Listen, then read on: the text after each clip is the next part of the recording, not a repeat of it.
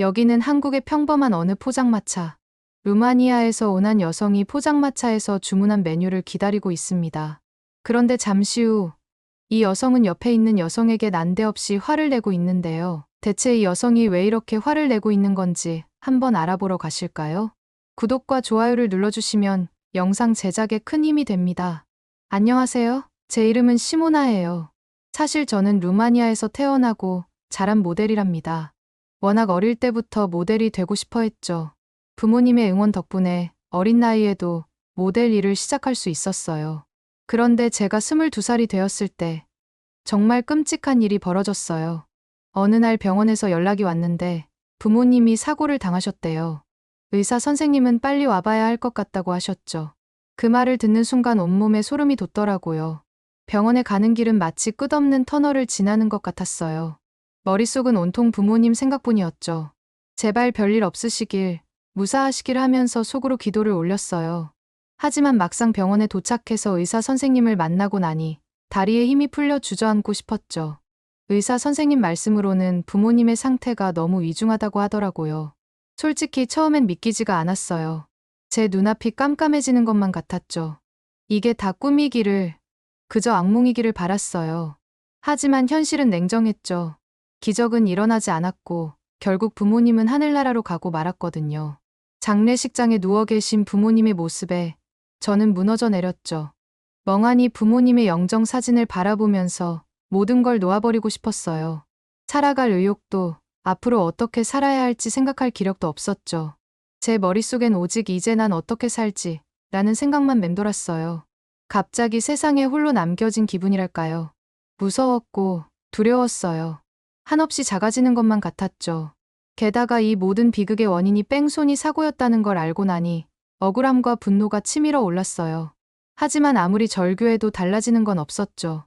슬픔에 잠겨 눈물만 흘리던 어느 날, 평생 저를 위해 헌신하신 저희 부모님의 사랑에 어떻게든 보답해야겠다는 생각이 떠올랐어요.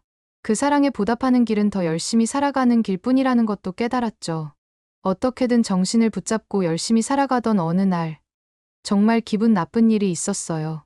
밤늦게 퇴근하고 집에 가는데 어떤 남자가 다가오더니 순식간에 제 가방을 낚아채 달아나 버린 거예요. 너무 깜짝 놀라 그 자리에 얼어붙고 말았죠. 그때 문득 떠오른 게 있었어요. 바로 어머니가 주신 네잎클로버 책갈피였죠. 어머니는 살아생전 네잎클로버를 보면 꼭 같이 구경하자고 절 부르곤 하셨거든요. 어느 날은 직접 네잎클로버를 따서 책갈피를 만들어 주시면서 앞으로 좋은 일만 가득하기를 바란다고 말씀하셨어요. 그 책갈피는 제게 어머니의 사랑 그 자체였죠. 부모님을 추억할 수 있는 유일한 물건이기도 했고요. 지갑에 늘 소중히 간직하고 다녔는데 힘들 때마다 꺼내보면 어머니의 응원이 느껴지곤 했거든요.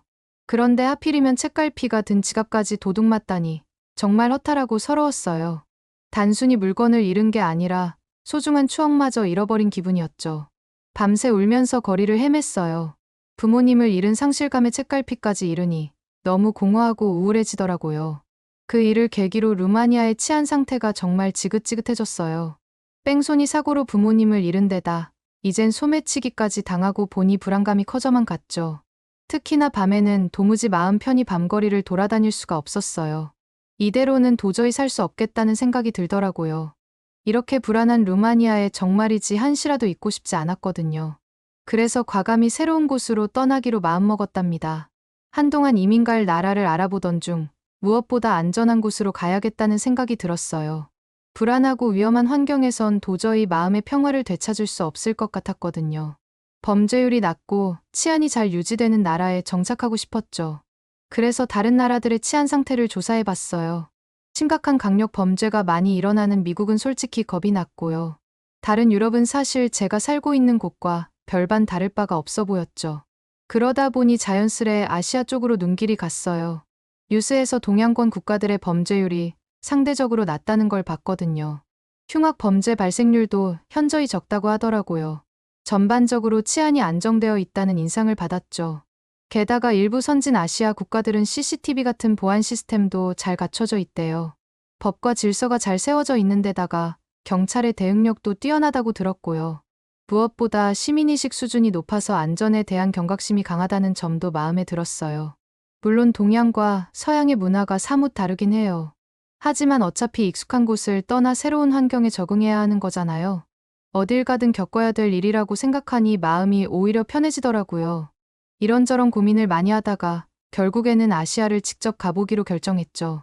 사실 아시아행을 결심하는 데는 절친한 친구 리리사의 영향이 컸어요. 리리사는 제가 어릴 때부터 알고 지내던 루마니아 출신 친구였어요. 그런데 몇 년 전 중국인 남자와 결혼해서 중국으로 이민을 갔다는 소식을 들었죠. 예전부터 리리사에게 중국에 대해서 많이 들어왔는데 중국 생활을 무척이나 좋아하더라고요. 제가 안전은 어떤 나라냐고 직접 물어보니 안전에도 굉장히 만족한다면서 저보고 한번 놀러 오라고 적극 추천하는 거 아니겠어요? 뉴스에서 아시아권 나라 중 어디가 제일 치안이 안전하다고 했었는데 그게 중국이겠거니 생각했죠. 하지만 이건 제 크나큰 착각이었어요. 중국에 도착해서 리리사를 만나고 나니 그건 그저 겉으로 보이는 모습일 뿐이었거든요. 리리사네 집 주변을 둘러보는데 괜히 불안한 기운이 느껴지더라고요. 어두컴컴한 골목에 수상한 사람들이 많이 보였죠. 리리사네 집에 지내는 동안 저녁밥을 먹으러 잠깐 나왔는데 정말 저 죽을 뻔했다니까요. 누군가 계속 제 뒤를 쫓아오는 거예요. 착각일 수도 있지만 뒤에 있는 까만색 봉고차도 그 남자와 함께 저를 쫓아오는 걸 느꼈어요. 저는 이리저리 들어갈 곳 없나 둘러보다가 조금이라도 늦으면 큰일 날 것 같아서 도망치다시피 식당으로 들어갔죠. 리리사가 그렇게 극찬하던 중국의 치안을 직접 보니 제가 느끼기엔 너무나 불안하기만 했어요. 설상가상으로 리리사 남편까지 문제였어요. 언제부턴가 같이 식사를 하는데 리리사가 잠깐 화장실에 간 사이에 리리사 남편이 저를 위아래로 훑어보더니 씩 웃는 게 아니겠어요? 그 상황에 너무 당황스럽고 소름이 끼쳤어요. 밤에는 정말 끔찍한 일이 일어났죠. 갑자기 리리사 남편에게서 연락이 온 거예요.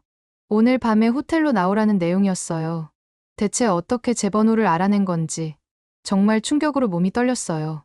그 더러운 시선, 음흉한 미소가 떠올라서 온몸에 소름이 돋더라고요. 너무너무 힘들고 지쳤어요. 친구를 믿고 찾아온 나라에서 이런 굴욕을 당하니까 눈물만 났죠. 리리사에게 하소연할까 고민도 해봤지만 그럴 용기가 나질 않더라고요. 리리사가 남편 때문에 너무 행복해하는 모습이 아른거렸거든요. 결국 전 리리사 집에서 도망치듯 빠져나왔어요. 친구를 만나러 갔다가 성희롱을 당하고 치안 불안에 시달리고 정말 지옥 같은 나날이었어요. 모든 것이 두려워지고 무서워졌죠. 나쁜 생각까지 들 정도였으니까요. 하지만 돌이켜봤을 때 이때 이 경험이 없었다면 지금의 제가 없었을 거라고 생각해요. 어디를 가야 하나 고민을 하던 도중 문득 또 다른 친구 플로리나가 생각났어요. 모델 일을 같이 했던 친구였죠. 플로리나가 최근에 어딘가로 이민을 갔다고 들었던 게 생각이 나더라고요. 그래서 연락을 해봤더니 한국에서 정착해서 살고 있다고 하는 거 아니겠어요?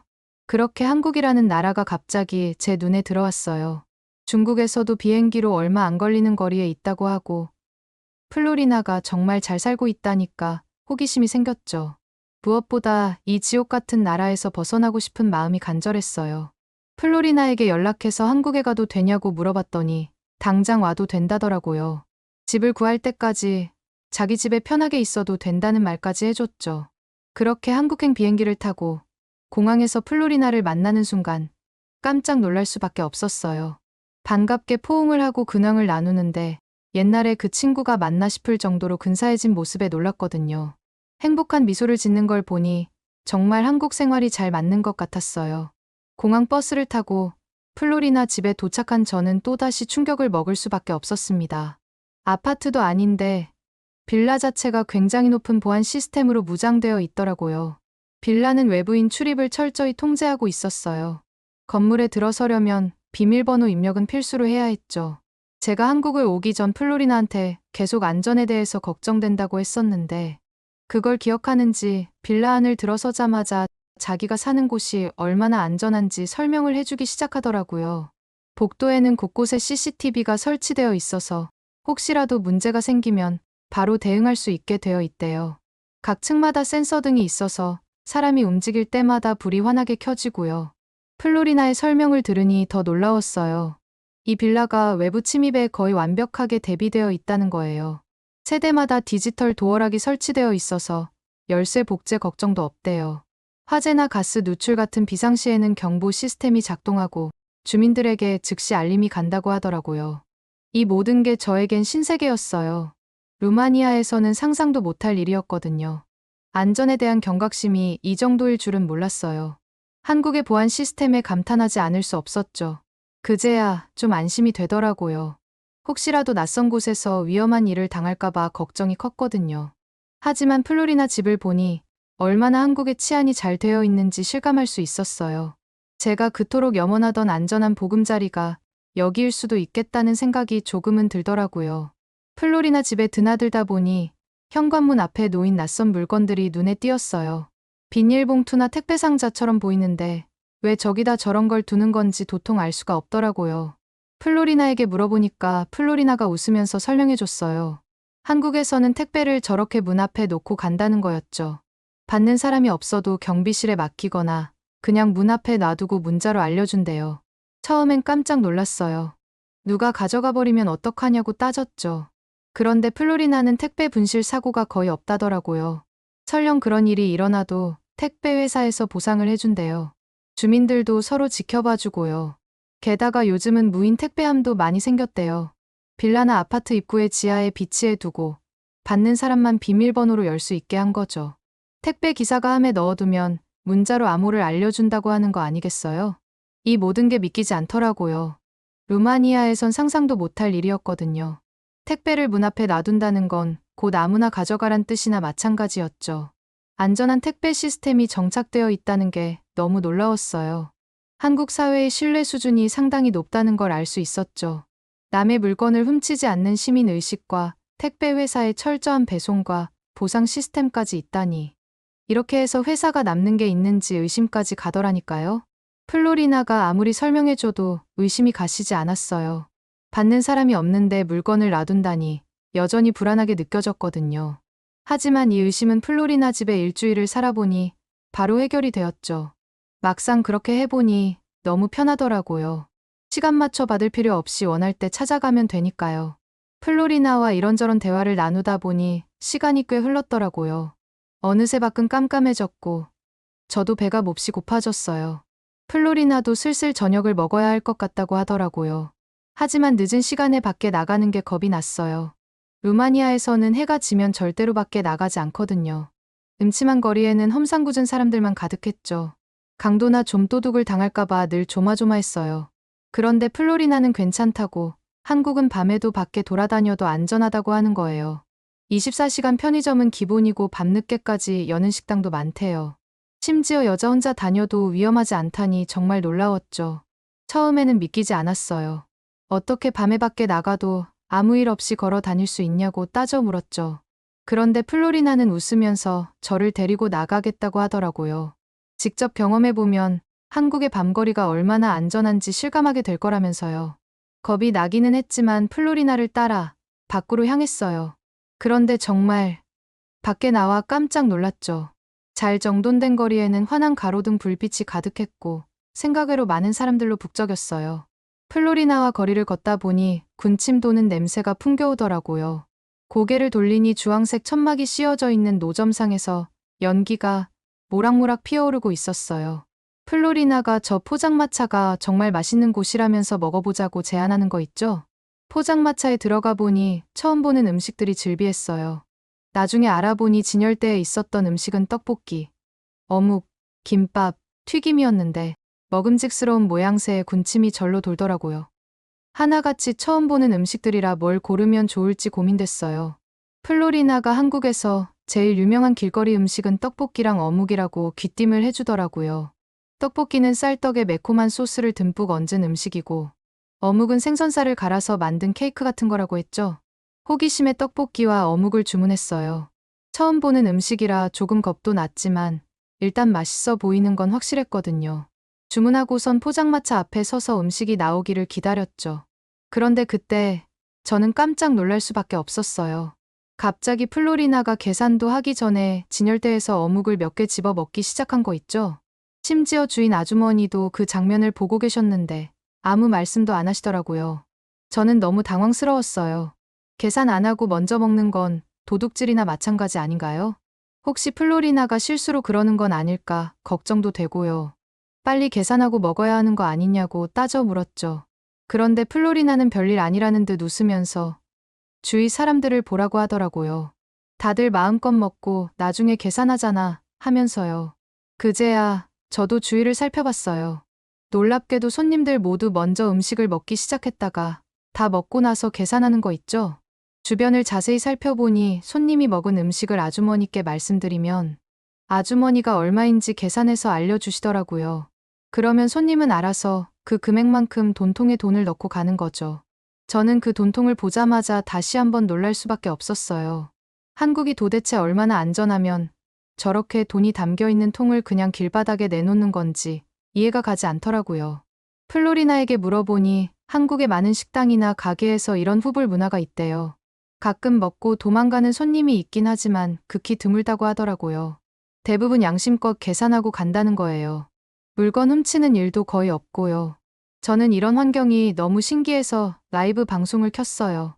제가 루마니아에서는 꽤 유명한 모델로 활동하고 있어서 라이브 방송을 키면 많은 사람들이 보러 오거든요. 이런 한국 문화를 저만 알 수가 없었죠. 저처럼 치안에 스트레스 받는 많은 사람들이 제 영향을 받아 한국에 와서 살았으면 좋겠다는 생각을 했거든요. 저는 한 30분가량 방송을 하면서 한국의 밤거리를 보여주며 제가 한국 오자마자 느낀 점을 하나하나 설명해 줬어요. 생각보다 많은 사람들이 믿지 못하더라고요. 앞으로도 한국을 돌아다니면서 자주 방송을 켜야겠다고 생각했죠. 그렇게 라이브 방송을 하는 사이에 떡볶이까지 모두 나왔는데 보기만 해도 군침이 돌더라고요. 떡볶이는 붉은 국물에 쫄깃한 떡이 수북이 담겨 있었어요. 건더기로는 어묵이랑 삶은 계란도 보였고요. 어묵은 동그랗게 썰어서 꼬치에 꿰어 나왔는데 김이 모락모락 피어오르고 있었죠. 우선 떡볶이부터 맛을 봤어요. 한 입 크게 떠서 입에 넣는 순간 매콤한 국물 맛이 강하게 느껴졌어요. 혀끝이 살짝 얼얼할 정도로 자극적이면서도 중독성 있는 맛이었달까요? 쫄깃쫄깃한 떡 식감도 재밌었고요. 달콤한 떡과 매콤한 소스의 조화가 기가 막혔어요. 어묵도 맛봤죠. 한 입 베어 물자 고소한 향이 은은히 퍼졌어요. 쫀득쫀득 씹히면서 담백한 맛을 내더라고요. 뜨거운 어묵에 간장 소스를 발라 먹으니 고소하면서도 짭조름해서 계속 손이 가는 거 있죠? 떡볶이랑은 또 다른 매력이 있었어요. 한국의 길거리 음식은 그렇게 제 입맛을 단번에 사로잡았답니다. 맛도 맛이지만 분위기도 좋았죠. 포장마차 앞에 서서 아주머니가 만들어주는 음식을 받아 먹는 게 왠지 정겨웠거든요. 그렇게 포장마차에서 재밌는 경험을 한 후 저희는 카페에 가기로 했어요. 플로리나가 평소 자주 가는 동네 카페가 있다면서 저를 데려갔답니다. 카페 문을 열고 들어서는데 뭔가 분위기가 색달랐어요. 일단 카페 내부가 아기자기하면서도 모던한 느낌이었죠. 벽면 곳곳에 예쁜 그림들이 걸려 있고 음악은 잔잔한 재즈 선율이 흘러나오고 있더라고요. 그런데 무엇보다 눈에 띈 건 주문 방식이었어요. 카운터에는 직원이 보이지 않고 대신 커다란 키오스크가 놓여 있었거든요. 플로리나는 당연하다는 듯 다가가서 주문을 하기 시작했죠. 화면을 보니 메뉴판처럼 음료와 디저트가 쭉 나열되어 있더라고요. 터치로 주문하고 카드를 꽂아 결제하면 주문이 완료되는 거예요. 영수증이 툭 하고 나오는데 주문 번호가 찍혀 있었죠. 저는 신기한 눈으로 그 모습을 구경했어요. 루마니아에서는 보기 힘든 광경이었거든요. 카페에 가면 늘 직원이 일일이 메뉴를 설명해주고 주문을 받곤 했죠. 느릿느릿 돌아가는 주문 과정에 익숙했던 터라 자판기 같은 키오스크가 낯설게 느껴지더라고요. 플로리나를 따라 키오스크 앞에 섰어요. 화면을 살펴보니 종류도 많고 이름도 생소한 메뉴들이 즐비했죠. 플로리나는 익숙한 솜씨로 주문을 하더니 제게도 뭘 먹을지 물었어요. 낯선 메뉴 앞에서 갈팡질팡하다 플로리나 추천으로 아이스 카페라떼를 골랐죠. 플로리나가 주문한 걸 보니 참 편리해 보이더라고요. 메뉴 고르기부터 결제, 픽업까지 모든 과정을 손님이 직접 하는 거예요. 카운터에서 줄 설 필요도 없고 딱 원하는 걸로 주문할 수 있으니 얼마나 효율적인가요? 주문을 마치고 음료가 나오길 기다리는 동안 저는 카페 내부를 둘러보았어요. 그런데 그 순간 믿기 힘든 광경이 눈에 들어왔죠. 빈자리인 듯한 테이블 위에 지갑, 핸드폰 같은 귀중품들이 그대로 놓여 있는 거 아니겠어요? 하지만 시간이 꽤 지나도록 물건의 주인은 나타나지 않았어요. 다른 테이블도 둘러보니 물건만 덩그러니 놓인 곳이 여럿 보이더라고요. 어떤 손님은 노트북까지 놓고 자리를 비운 듯 했죠. 순간 눈이 휘둥그레졌어요. 제가 보기에 그건 분명 도둑맞기 딱 좋은 상황이었거든요. 한국 사람들은 도난 당해도 상관없다는 건지 간이 너무 큰 게 아닌가 싶더라고요. 플로리나에게 몰래 물어봤죠. 여기 물건 도둑 맞는 사람 많지 않냐고요. 그런데 플로리나는 웃으면서 한국에선 남의 물건 훔치는 사람이 없다더라고요. 이런 광경이야말로 제가 꿈꿔온 안전한 사회의 모습이었어요. 타인을 경계하거나 내 물건이 없어질까 노심초사할 필요가 없는 그런 나라 말이에요. 그런 문화를 카페에서조차 마주하니 새삼 놀랍고 감격스러웠죠. 잠시 후 저희 음료가 나왔어요. 테이크아웃 컵에 담겨 나오는데 주문 번호가 찍혀 있더라고요. 바쁜 시간대라도 주문이 뒤바뀔 일은 없겠다 싶었죠. 음료를 받아든 저는 한 모금 마셨어요. 부드러운 우유 거품 아래로 쌉싸름한 에스프레소 맛이 올라오는 게 무척 맛있었답니다. 카페라떼를 음미하며 플로리나와 이런저런 얘기를 나누다 보니 이런 나라에서 산다면 얼마나 삶의 질이 달라질지 기대가 되더라고요. 플로리나와 지내면서 제 마음이 정말 편해졌다는 걸 느꼈죠. 어느새 저도 모르게 한국에서의 미래를 그리게 되더라고요. 비록 좋은 일 때문에 한국에 오게 된 건 아니지만 한국에 온 건 정말 행운이라는 생각이 들었어요. 그렇게 플로리나 집에 며칠 더 묵어본 결과 저는 더 이상 고민할 필요가 없다는 생각이 들어서 비자를 알아보기 시작했어요. 플로리나도 제가 한국에서 모델로 활동할 수 있도록 도와준다고 하니 정말 든든한 거 있죠? 그렇게 저는 한국에 정착한 지 1년이 다 되어 갑니다. 한국에서의 행복을 느끼면서 하루하루 지내다 보니 이렇게 시간이 빨리 흘러가더라고요. 앞으로도 어떻게든 한국에서 계속 살게 될 것 같아요. 제 인생을 바꿔준 한국한테 얼마나 감사한지 몰라요. 요즘은 추웠던 날씨가 점점 풀려서 봄 날씨가 되었던데 봄에 가기 좋은 곳이 있다면 알려주세요. 오늘의 사연은 어떠셨나요? 오늘의 사연이 마음에 드셨다면 구독과 좋아요를 눌러주세요. 구독과 좋아요는 영상 제작에 큰 힘이 된답니다. 긴 영상 시청해주셔서 감사합니다. 오늘도 행복한 하루 보내세요.